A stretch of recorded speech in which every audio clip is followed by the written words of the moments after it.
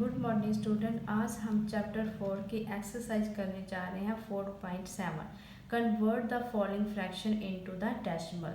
सबसे पहले बेटा हमने देखना है 9/10 का। हमने देखा कि ऊपर 9 है और नीचे 10 है, तो हमने ये वाला मेथड यूज़ किया, बहुत ही सिंपल वाला। सबसे पहले आपने 9 लिख देना, उसके बाद पॉइंट लिख देना है। तो आपने देखना है कि यहाँ पे 0 1 है, तो हमने 1 डिजिट के बाद पॉइंट लिख के और 0 लिखनी है। इसके बाद हमारा आएगा 25/100। तो आपने देखना है कि जहाँ पे 2 0 है, इसका मतलब 25 लिख के हमने पॉइंट देना है और फिर 0 लिखनी है। इसके बाद हमने लिखना है 31 हमने लिख लिया। तो यहाँ पे 0 कितनी है, 1 2 3 है ना।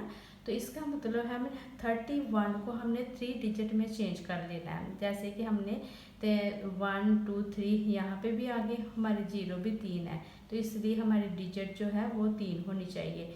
हमने ऐसा कि 31 के बाद हमने 31 के आगे हमने लिख लिया 0, फिर हमने पॉइंट लिखा, फिर हमने 0 लिखी। इसके बाद हमारा आ जाता है टी सम, जिसमें हमने करना है 117। ठीक है, ये हमारी 3 डिजिट है, लेकिन 0 क्या है, हमारी 2 है।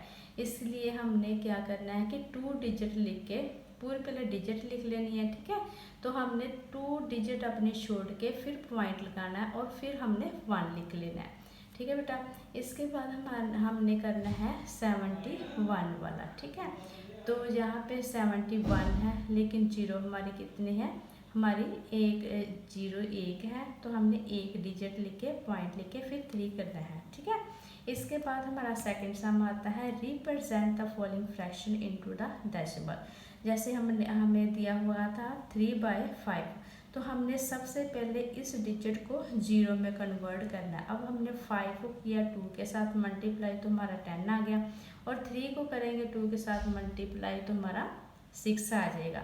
यहाँ पे 1 डिजिट है और 0 भी यहाँ पे 1 है। सबसे पहले हमने अपनी डिजिट लिखी, उसके बाद पॉइंट लिखा और फिर हमने 0 लिखी। ठीक है, इसके बाद हमने करना है 20 को किसके साथ मल्टीप्लाई करेंगे, हमारा 100 आ जाएगा। हमने किया 20 को 5 के साथ, तो हमारा 100 आ गया। ठीक है, तो अगर हमारे नीचे हमने 5 के साथ मल्टीप्लाई किया, तो ऊपर भी हमने 5 के साथ इस डिजिट को मल्टीप्लाई कर देना है। जैसे कि 15 को मल्टीप्लाई किया हमने 5 के साथ, तो हमारा 75 आ गया। इस तरह हमारा ये 75/100 आ गया। यहाँ पे 2 डिजिट है, तो पहले हमने 75 लिख लिया। ठीक है, 0 भी 2 है, तो हमारी डिजिट भी 2 है। 1 और 2 मतलब ये वाले 0 के जगह पे हमने ये 75 लिखा, फिर हमने पॉइंट दिया, फिर हमने 0 लिख दिया। इसके बाद हमने करना 4/25 को सॉल्व। ठीक है, अब हमने 25 को किया 4 के साथ, तो हमारा 100 आ गया, और 4 का 16 हो गया। ठीक है, तो यहाँ पे 2 0 है, हमने 16 पूरा लिख लिया, फिर 2 0 है ना, 1 और 2, और 1 और 2 यहाँ पे छोड़ के फिर हमने पॉइंट लिखा और फिर हमने आगे 0 लिख दी। ठीक है बेटा, इसके आगे हमने करना है अपना डी सम। 5/4, तो हमने 4 को किसके साथ मल्टीप्लाई किया, 25 के साथ किया, फिर ही हमारा 100 आया ना। तो फिर हम करेंगे 5 को 25 के साथ, तो हमारा ऊपर आ जाएगा 125। अब 2 0 है यहाँ पे, तो हमने पूरी पहले डिजिट लिख लिया अपनी, 125 लिख लिया। यहाँ पे 2 0 है, तो इसका मतलब कि हमने डिजिट भी 2 छोड़नी है। जैसे 5 2, फिर पॉइंट लिखेंगे, फिर 1 आएगा। ठीक है, इसके बाद हमने करना है अपना ई सम, जिसमें भी सेम वही किया हुआ है। 40 को किया हमने 25 के साथ, तो हमारा 1000 आ गया।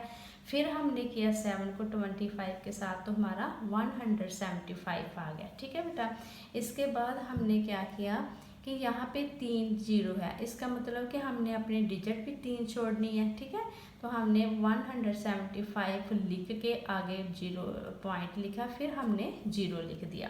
ठीक है बेटा जी, आई होप कि यहाँ तक आपको समझ आ गया होगा। ठीक है, आगे हम थर्ड सम करते हैं अपना represent the following decimal into fraction. तो हमें ये वाली फ्रैक्शन दी हुई है, हमने सबसे पहले इसको 13 लिख लिया और ये देखना है कितने जीरो छोड़कर कितने डिजिट छोड़कर पॉइंट लिखा है। इसका मतलब है कि 1 डिजिट छोड़कर पॉइंट लिखा है, तो इसका मतलब यहाँ पे 1 0 आनी है। आगे हमारा ये वाली डिजिट है 175, तो ये देखना है कि कितने डिजिट छोड़कर पॉइंट है। 2 डिजिट छोड़कर पॉइंट है, तो इसका मतलब 2 0 लगानी है। ठीक है बेटा। इसके बाद हमने करना है 45 को सॉल्व। हमने सबसे पहले 45 लिख लिया, फिर हमने देखा कि 1 डिजिट छोड़कर पॉइंट है, इसका मतलब है कि नीचे भी 1 0 आनी है। ठीक है, तो हमारा 10 आ गया। इसके बाद हमने किया 35 को सॉल्व। 35 लिखा, पहले पूरा लिख लिया क्योंकि आगे पॉइंट लग के 0 है, तो इसका मतलब है कि इसकी कोई वैल्यू नहीं है। ठीक है, अगर ये पॉइंट यहाँ पे हो जाता तो वो कोई डिजिट लिखते, फिर ये इसकी वैल्यू थी 0 की। आगे लगे हुए किसी भी 0 की कोई वैल्यू नहीं है, इसलिए हमने 35 पूरा लिख लिया और फिर देखना है कि कितनी डिजिट छोड़कर पॉइंट है। हमने पॉइंट की जगह 1 ले लिया और 35 की जगह 2 0 ले ली। ठीक है बेटा। इसके बाद हम करेंगे अपना 8 वाला सम। ठीक है, ये सम करेंगे 0.8, इसको सॉल्व करेंगे। हमने लिखा 8/10, क्योंकि 8 जो है एक ही डिजिट है, तो 0 भी हमने 1 लेनी है। इसके बाद हमने किया 384 को सॉल्व। यहाँ पे 2 डिजिट छोड़कर फिर पॉइंट है, तो हमने 0 भी 2 ले ली है। इसी तरह हमने किया 18,345 को सॉल्व। तो अब देखना है कि कितनी डिजिट के बाद पॉइंट आ रहा है, तो हमने उतनी 0 यहाँ पे लगा लेनी है। ठीक है, तो ये हमारा हो गया 1000। इसके बाद हमारा आ जाएगा ये 24 लिखा, लेकिन ये कितनी डिजिट के बाद पॉइंट आ रहा है, 3 के बाद आ रहा है ना, 1 2 3, तो हमने यहाँ पे 3 0 ले ली।